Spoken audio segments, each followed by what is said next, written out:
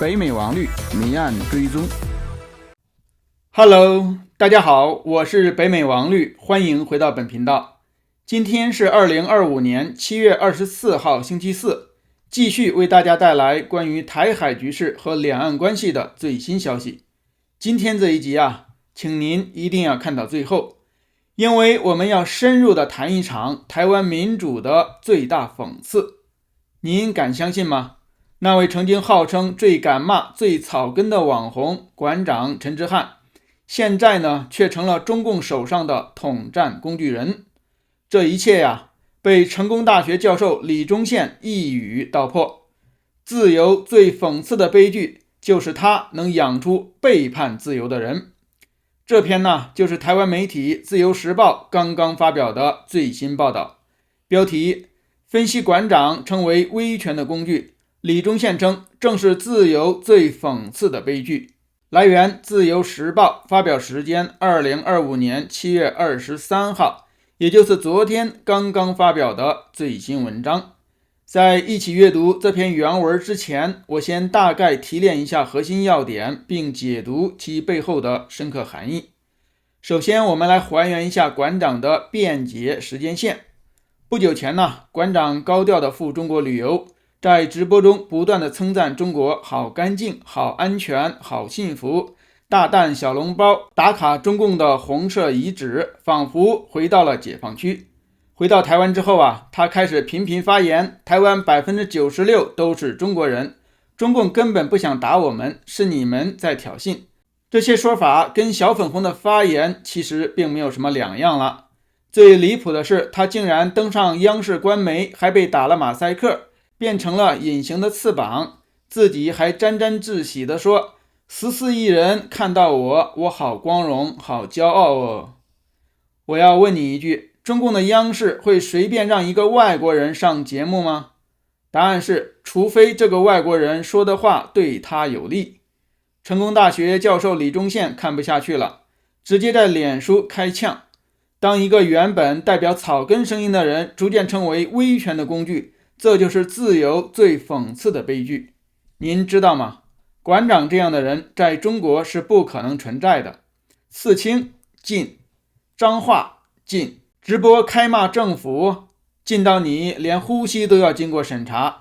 但是在台湾，他靠民主自由平台赚到名声、流量、金钱，最后却拿这一切去舔共，替威权唱好话。这不是背叛，什么才是呢？李宗宪说的非常精准，馆长的崛起不是他自己多伟大，而是台湾的民主成就了他。一个没有高学历、满身刺青、讲话出口连连的直播主，却能拥有政治影响力，这正是民主的力量。但讽刺的是，这样的人现在却变成了中共宣传台湾人心向祖国的工具。中共不会让馆长的直播出现在中国人面前，但却会精挑细选，把他的亲中言论剪辑上央视，丢给14亿人洗脑。你看得出来吗？这就是认知作战的最毒的手法，拿你自由社会的杂音反过来打你自己。李宗宪最后那句话让我起鸡皮疙瘩，这些人走到高处，却忘了是什么托举了自己。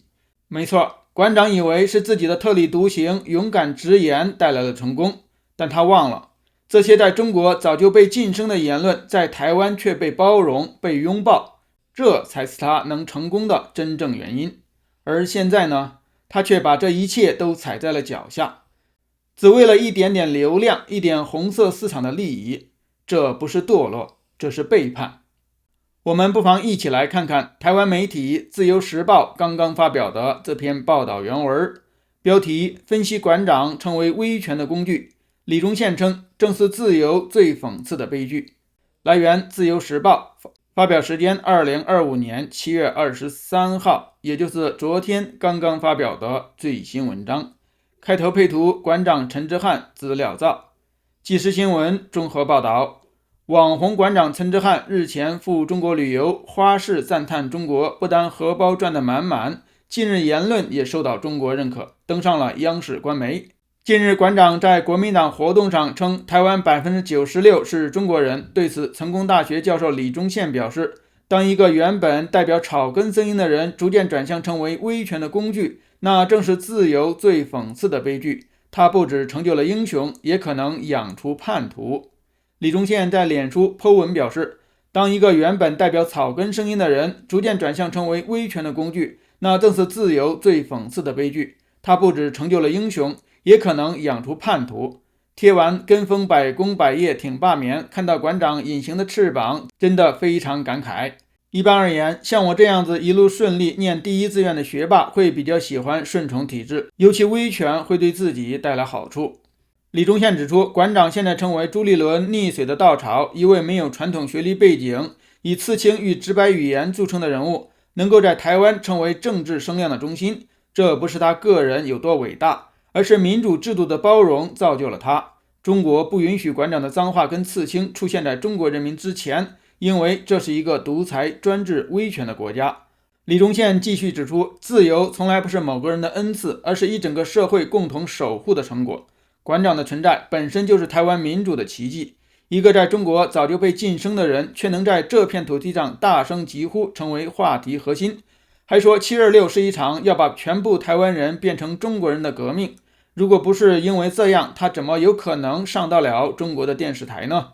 李忠宪分析，讽刺的是，这些人走到高处，却忘了是什么托举了他自己。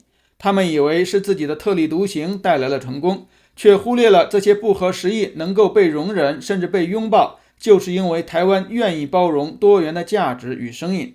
李忠宪直言，真正可悲的不是没念书的人不懂制度，而是甘愿背弃理性与核心价值，甚至连分辨何为自由、何为操弄都做不到。民主最大的挑战不是来自敌人，而是来自那些忘了初心的人。